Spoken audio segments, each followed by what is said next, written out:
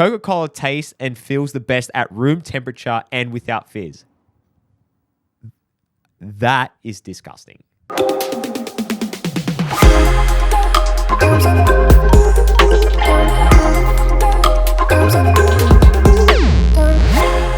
Welcome back, everyone, to this week's episode of ZafsPodcast. Thank you all for tuning in this week. As you can tell, this week I'm running it solo yet again. No problem with that. Unfortunately, just some scheduling issues with a couple of the boys, but we'll try get them on in a fortnight or so. We'll see how we go. But first of all, first thing I wanted to say was, I don't know if any of you guys watched the CDL, which is the Call of Duty League. I am an Optic fan, part of the Green Wall. I've been watching them since 2019. I've been really watching it 2024 this year because I've been playing a lot of COD.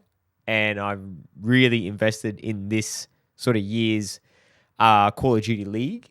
And I just wanted to do a bit of not a shout out, but a huge congrats to the Optic team for winning the majors, Major 3 that they won. It was like an 800-day dry streak of no champs, no majors, no winning. So for them to come out on top of that and win, oh, dude, it was one of the best feelings ever. Watching them finally beat FaZe was huge. We had essentially, FaZe was the thorn in our paw, I think is the word. Yeah. So they just, for some reason, was the only team that could beat us. And they were like our kryptonite. We just couldn't beat them for whatever reason. And we finally ended that streak in Major 3s where we won 3 in a row. We beat New York Subliners. Well, I say we won. I wasn't really part of the team, but Optic beat New York Subliners. Optic beat FaZe in the losers bracket, and then in the grand final, we had originally lost to Toronto in the winners bracket to then win in the grand finals to then take home the Major 3s. That was unbelievable. And not only that, but we won it 4 in a row. So for those who don't know, it's best 4 out of 7 games. So you have 7 games in the grand final, and we won 4 pretty much clean sweep. So that was huge. I really wanted to say that. I don't know if any of you guys CDL watched the CDL. Comment down below what you guys thought of the majors or what you're thinking about this year in general. But I really enjoyed watching it. I kind of wish that I didn't spoil it for myself watching what I saw, because I can't watch it live because of the time that they stream it. It's like 2 or 3 in the morning here in Sydney. But I did watch the day 1 or day 2 of the majors without any of the upsets or knowing what was going to happen. And then I was at work and I just was looking to see if they had uploaded yet, and it did. And then I'd scroll down and I saw that it said Optic won Major 3, and I lost my shit. I was so happy, but I wish I watched it without knowing the outcome. It just would have made that little bit sweeter. But anyway, moving on. So this week's going to be a little bit different because I thought, didn't really know what to talk about, to be honest. I usually have someone to bounce off of ideas, but this week I'm on my own. And it's funny how it worked out because last night, as everybody does, I went down a Reddit rabbit hole. And I was looking at some unpopular opinions / hot takes. So I thought, let's have a share. Let's look at what some of these people are saying. So I have one of them ready. I think I've got about 4 or 5 unpopular opinions to go through. And I thought they were quite interesting. So I thought, let's talk about it on the pod tomorrow. So one of them is, Coca-Cola tastes and feels the best at room temperature and without fizz. That is disgusting. That is a huge hot take to say that. He then wrote, when you forget the can open for a couple of hours and it goes warm and loses its fizz, it's just the best thing ever. Tastes amazing, easier to drink, all around much better. There is nothing worse than room temperature soft drink in general. Room temperature soft drink without the fizz, that is diabolical. That is absolutely disgusting. Handcuff this guy with a straitjacket and throw him straight into a mental hospital. That is a wildly hot take. For me, I like my soft drink, or I don't know what they call it in America, but I like Coca-Cola, ice cold with fizz. And there is nothing better on an extremely hot day to just sink down a ice cold Coca-Cola. There is just nothing better than that. Some people will say beer. I'm not a big fan of beer, but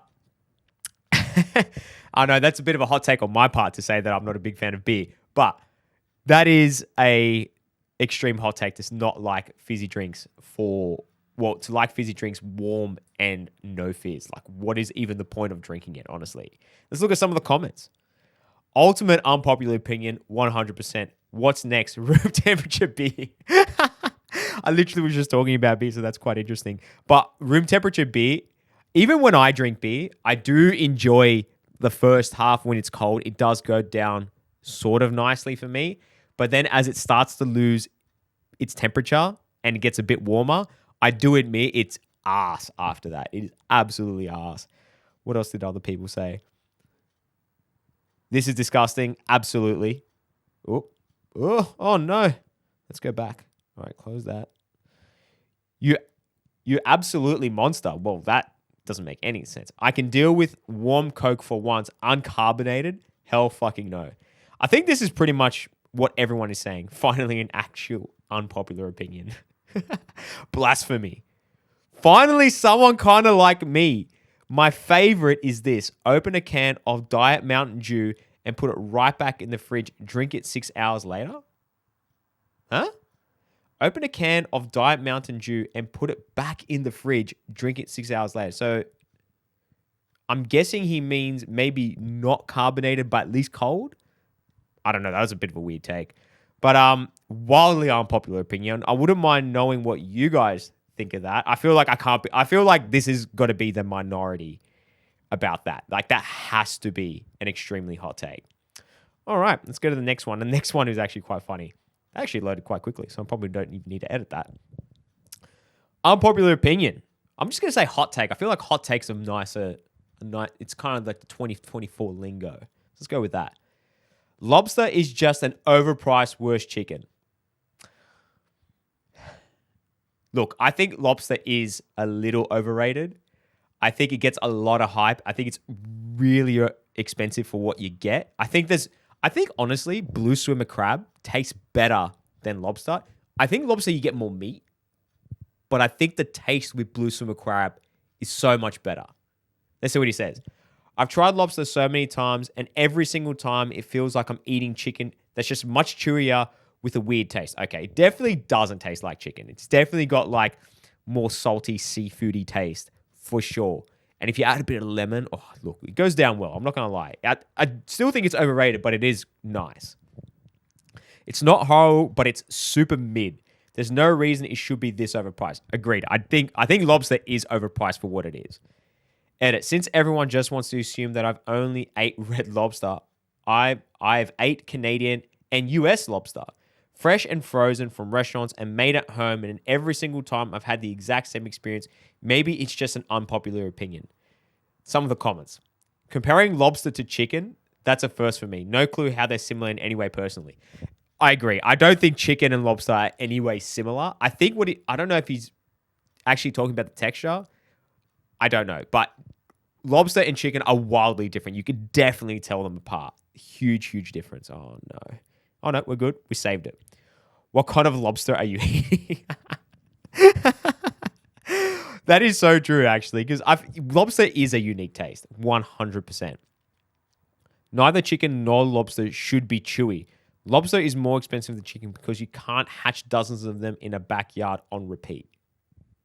I guess it is harder to get lobster, but I still think for what it is and what you get, I think it's wildly overpriced. Wildly overpriced. If your lobster tastes like chicken, something has gone very wrong. If your lobster is chewy, something has gone very wrong. I think everyone's just hung up on the fact that this guy said that lobster is just essentially tastes like chicken, or an overpriced version of chicken, which is a wild hot take, to be fair. To say that it's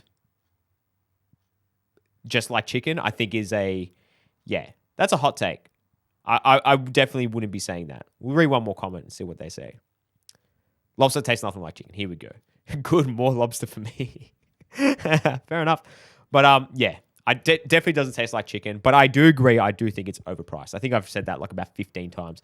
So let's just move on to another unpopular opinion. Again, any of these hot takes, I would love for you guys to comment down below, and I would love to know what you guys think of this. So let's go to the next one. This one I think is going to be a hot take. I think I've got some things to say about this. I remember looking at it last night and going, "Oh, this is a bit controversial." So let's go for it.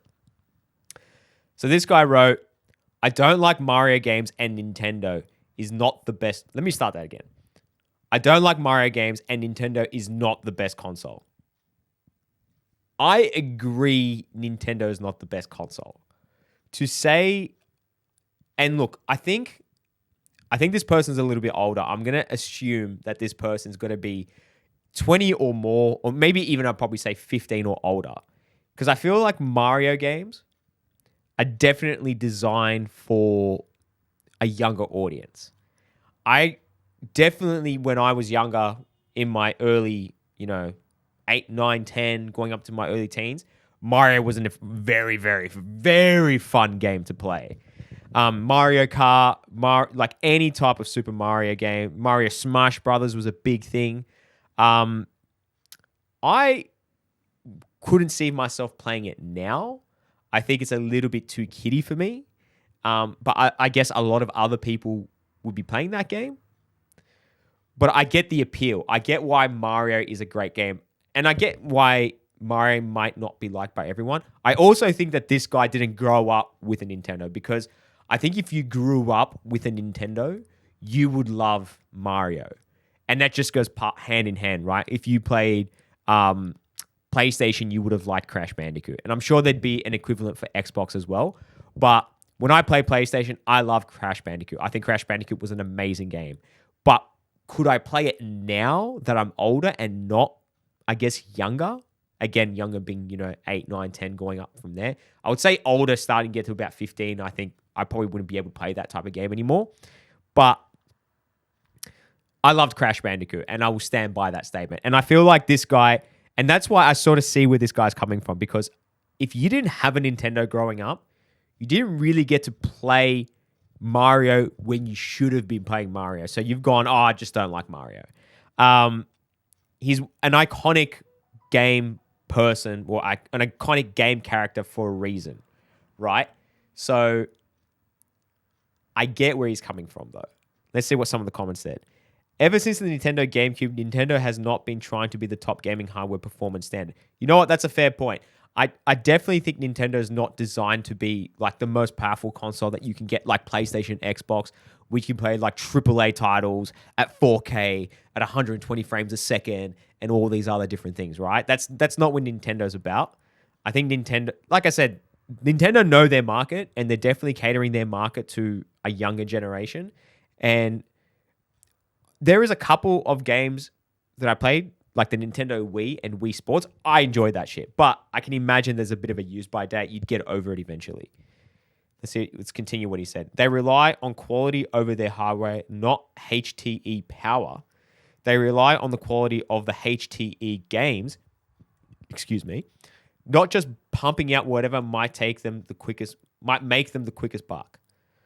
And they are not targeting the demographic that wants top HW, top FPS, and dynamic games. That's exactly what I said.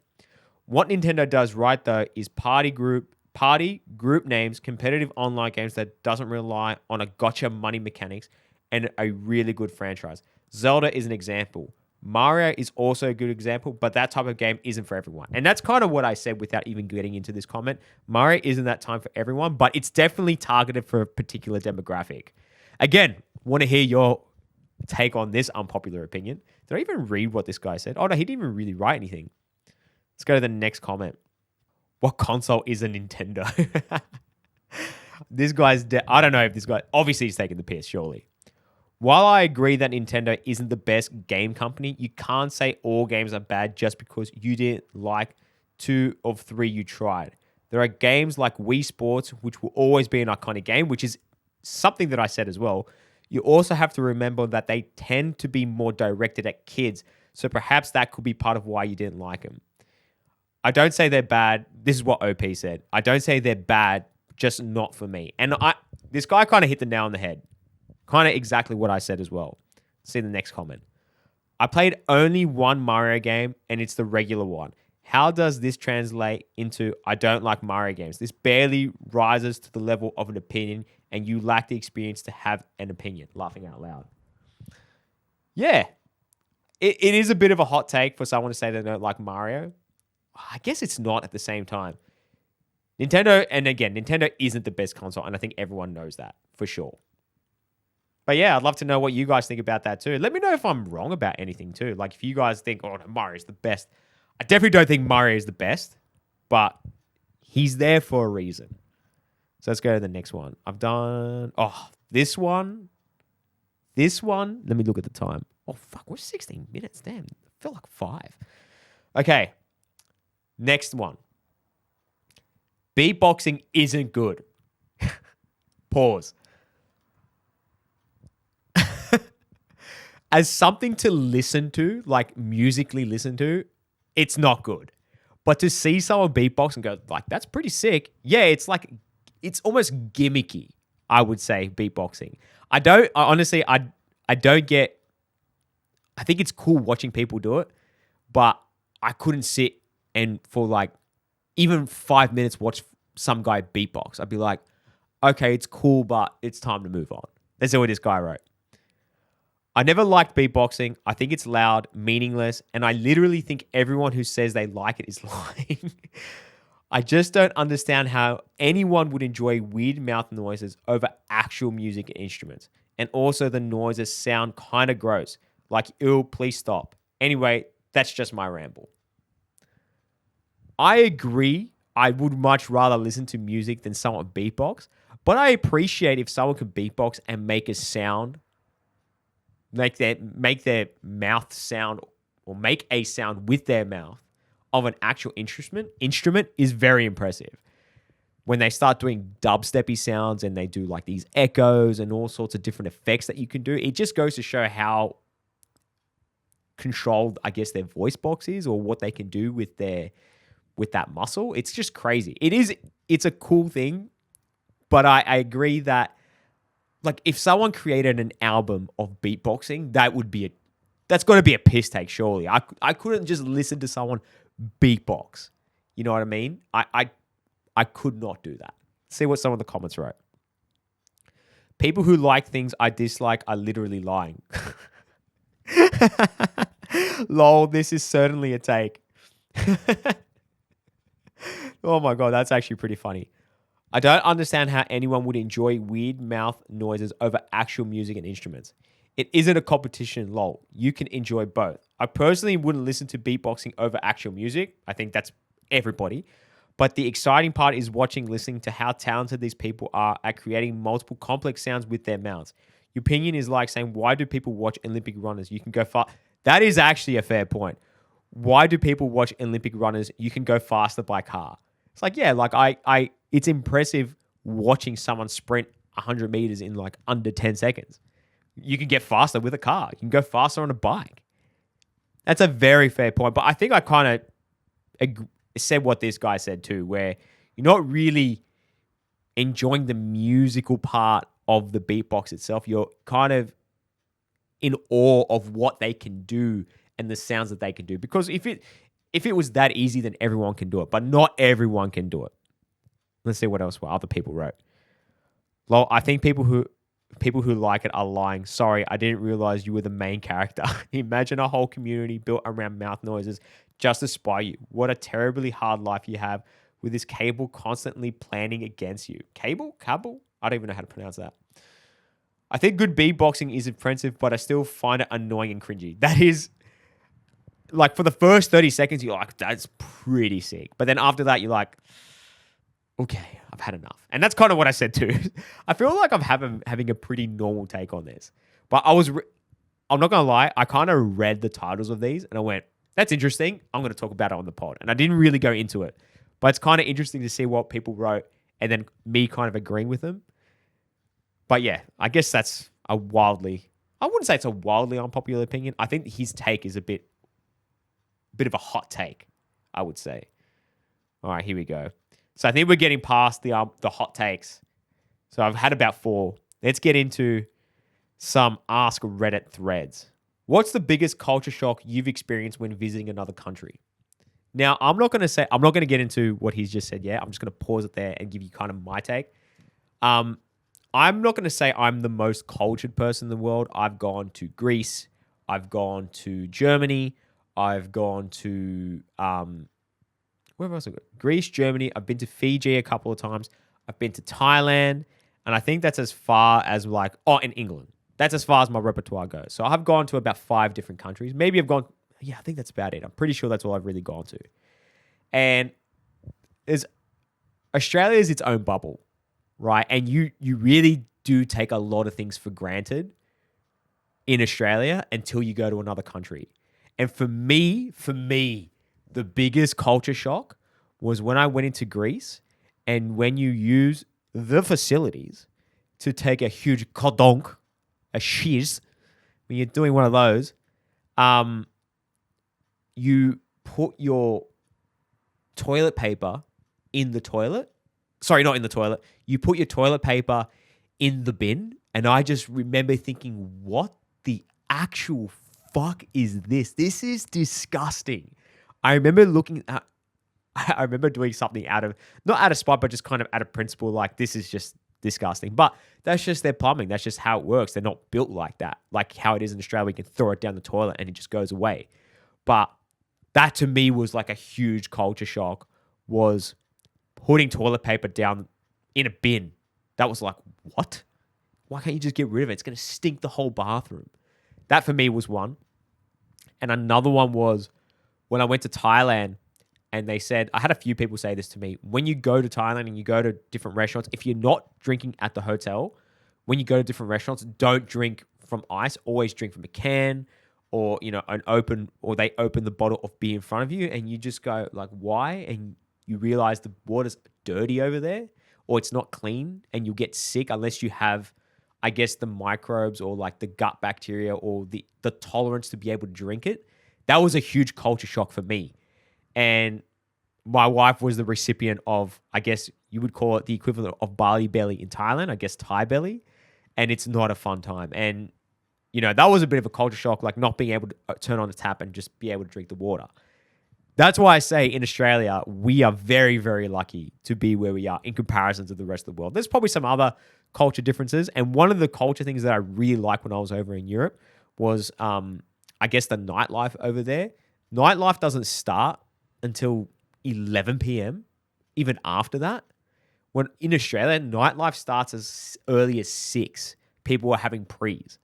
It's so early. And I like the idea of starting later and finishing later and staying up to the break of dawn. But that's just my take, I guess. Anyway, let's get into what some people said. I don't even know how to pronounce this, but it's a South Korean, I guess, village or state. I'm not exactly. I'm going to give it my best to pronounce this. I was in Myeodong, South Korea. Definitely butchered that. In the spring, and it was raining. The bus stop to the airport has no shelter. It's just on the side of the road. But when it rains, somebody, okay, I'm guessing the nearby store owners leave umbrellas for the bus goers to use, which the bus goers use and leave hanging on the railing when they board the bus. There were so many pretty umbrellas hung along the railing and nobody stole them. They were just there for anyone to use, and that was a huge shock for me. That's actually quite nice. That's pretty cool that they do that sort of stuff. Let's see. In Scotland last week, I aged heavily. Wait, let me start that again. In Scotland last week, an aged, heavily Scots accent guy asked where I'm from. I told him Chicago. He went on a rant about Laurie Lightfoot. I have no idea. Okay, cool. How bad the driving is in India. Our bus driver would pass cars by driving on the wrong side in traffic. Look, I feel like that's a bit of a common theme in most countries. Like, even in Europe, there's a lot of people who are crazy drivers. In Thailand, I swear in Thailand, the road lines were just the guide. I remember we were in a bus and the bus driver used the road lines as race lines. He was hugging corners and then going out. I was like, are we on a racetrack? Like, this guy doesn't give a fuck. And then the bikes would have to be clear because the bus was collecting them, either if they're in the way or not. So I was like, yeah, I feel like driving's probably a very, very popular, I guess, scheme's not the right theme. Very popular theme. All right, let's go to the next one. Here we go. And I'll probably end it here. What are we on? 26 minutes? Oh, maybe we do one more after this. We're feeling a little bit of a long pod. I don't know. We'll see how we go. What's the most ridiculous rule you've had to follow at a job? This is going to get red hot. At one of my earlier jobs, some people, honestly, let me start that again. At one of my earlier jobs, I had to follow a lunch bell like I was in school, except I worked in the lab and sometimes the testing I had to do made me miss the lunch bell, and so I would eat later. People reported me, so I ended up delaying testing to meet the lunch. Production went down a lot, but at least I followed the lunch bell. That is wild. I could not imagine having to go to lunch when everyone else goes to lunch. Like, I am an adult. I'll eat when I want to eat. That is actually a ridiculous rule. Holy. What did someone else say? I was once told I wasn't allowed to drink out of a water bottle while working without a doctor's note saying that I needed to. I was a minimum wage cashier at a grocery store. Was a pretty funny doctor's appointment that followed. You need a doctor's certificate to have a bottle of water next to you while working? What? How? I don't understand how businesses like these survive, because we're in 2024. How do companies get away with this sort of stuff? Honestly, you need to go at lunch at the lunch bell. You cannot drink water while you're at work. What? Why? That is. I don't know how people put up with that sort of stuff. Like, if that had happened, I'd probably just go find a new job. I understand some people can't do that, but that's probably what I would do. Oh, this comment got removed. Let's go to... there's a few removed comments. I got in trouble for having my 16-year-old daughter walk behind me while having a Zoom meeting by my manager, who had her 7-year-old walk in, ask a question of said manager, at which time she stopped the meeting to answer her daughter's question. I was actually written up for mine. I quit on the spot after being written up and went on a tirade against the manager. No regrets. I don't know what a tirade means, so maybe I should look it up. I'm just going to leave it there. But that's kind of probably what I would have done too, to be fair. Jeez, a lot of these comments got removed. That's crazy. We'll read one more. I worked at a skating rink when I was 14 to 18. Typical day shifts were from 12 to 7 when the place was open for birthday parties and such. Halfway through the shift, if they decided it wasn't that busy and they might not need you for the second half, they'd ask you not to clock back on for your lunch break. Then you'd have to wait off, then clock for up to an hour sometimes for them to decide they for sure didn't need you and you could go home. If you left without the manager okaying it, you were written up. This was back in like 2003, and the only reason they got away with it was because all of the employees were kids and we were all friends with each other and with most of the regulars, and we were all like to skate. So most of us were there hanging out until the place closed, even when we weren't on the clock. We didn't know what that they were doing was hella illegal.